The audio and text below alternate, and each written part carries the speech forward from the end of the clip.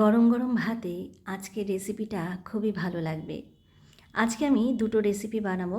প্রথমেই এখানে দেখতে পাচ্ছেন শিম। এটা হচ্ছে সাদা শিম, খেতে কিন্তু বেশ ভালোই লাগে এই শিমটা। তো আমি এখানে অনেকগুলো শিম নিয়ে নিয়েছি। শিমটার প্রথমে আমি যেই সাইডের যেই ডাঁটিটা আছে সেটাকে ফেলে দেব, এতে করে মুখে লাগবে না। তারপর আমি শিমটার মাঝখান বরাবর কেটে নেব। প্রত্যেকটা এইভাবে কেটে নেব। সবগুলোকে এই একইভাবে কেটে নিতে হবে। দেখুন আমি সবগুলো এই একরকমভাবে কেটে নিয়েছি। এরপর কড়াই বসিয়ে দিয়েছি। কড়াইতে বেশ খানিকটা পরিমাণ জল দিয়েছি। তারপর এই ফুটন্ত জলের মধ্যে আমি শিমগুলো দিয়ে একটা ঢাকনা দিয়ে ঢেকে রেখেছি সেদ্ধ হবার জন্য। যখন এটা বেশ ভালো মতো সেদ্ধ হয়ে আসবে, তারপর এই শিমগুলোকে আমি এক এক করে তুলে নেব। পুরো জলটাকে ঝরিয়ে নেব যাতে করে একটুও জল না থাকে। তারপর একটা তাওয়া বসিয়ে তার মধ্যে বেশ খানিকটা পরিমাণ রসুনের কোয়া নিয়ে নিয়েছি।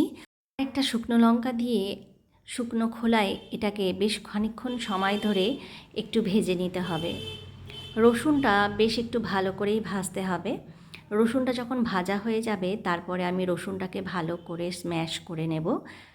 আর এখানে ধনেপাতা আর একটু কাঁচা লঙ্কা নিয়ে নিয়েছি।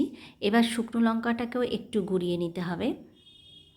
এরপর এক এক করে কাঁচা লঙ্কাটাকেও একটু ভালো করে ডলে নিচ্ছি। আর এখানে আছে ধনেপাতা। ধনেপাতাটাকে ডলার জন্য আমি একটুখানি নুন নিয়ে নেব। এতে করে ধনেপাতাটা বেশ ভালোভাবে একটু স্ম্যাশ হয়ে যাবে। তারপরে আমি যে শিমটাকে সেদ্ধ করে রেখেছিলাম সেই শিমটাকে নিয়ে নেব। শিমটার কি মধ্যে কিন্তু এক ফোঁটা জল থাকতে হবে না। তারপরে শিমটাকে এর মধ্যে দিয়ে দেব। দিয়ে এটাকে ভালো করে একটুখানি নুন দিয়ে স্ম্যাশ করে নেব। আর যেটা দিলেই নয় সেটা হচ্ছে কাঁচা সর্ষের তেল। কাঁচা সর্ষের তেলটা দিলে এর ঘ্রাণটা যেন আরও বেশি ভালো লাগবে। এই সব উপকরণগুলোকে দিয়ে একসাথে ভালো করে মেখে নেব। এই ভর্তাটা দিয়ে গরম গরম ভাতে খেতে কিন্তু অসাধারণ লাগবে। এই শিমের ভর্তাটা দিয়েই পুরো গোটা ভাতটা খাওয়া যায়, এত টেস্টি হয়। রেসিপিটা কীরকম লেগেছে আপনারা কিন্তু জানাবেন। বাড়িতে যখন কিছু না থাকে মাছ মাংস, তখন এরকম একটা ভাত বানিয়ে একটা টেস্টি রেসিপি বানা যায়। খুব সহজেই এটাকে তৈরি করা যায়। আর একটা রেসিপি আপনাদেরকে আজকে দেখাবো। এই জন্য আমি অল্প করে তেল নিয়ে নিয়েছি। একটা গোটা শুকনো লঙ্কাকে কেটে দিয়ে দিয়েছি আর একটা পেঁয়াজ একটুখানি কুচিয়ে দিয়ে দিয়েছি। এই পেঁয়াজটাকে একটু ভালো মতো ভেজে নেব। আজকে মাছের তেল দিয়ে এই রেসিপিটা তৈরি করব।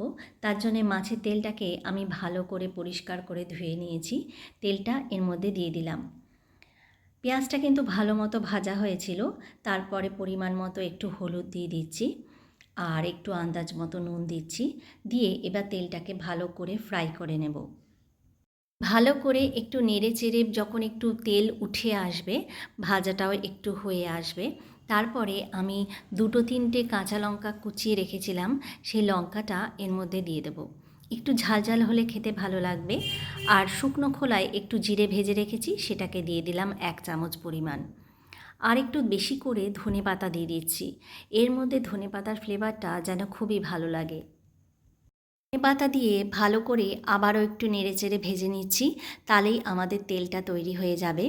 এই তেলটা গরম গরম ভাতে খেতে খুবই অসাধারণ লাগে। রেসিপিটা বাড়িতে ট্রাই করবেন আর আমাকে জানাবেন কীরকম হয়েছে। শুধু এই মাছের তেলটা দিয়ে এক থালা ভাত খাওয়া যায়। আমার তো খুবই পছন্দের একটি রেসিপি। আবারও নতুন নতুন রেসিপি নিয়ে আপনাদের সামনে হাজির হয়ে যাব। আজকের মতো এখানেই বিদায় জানাচ্ছি। Tata, bye bye and take care.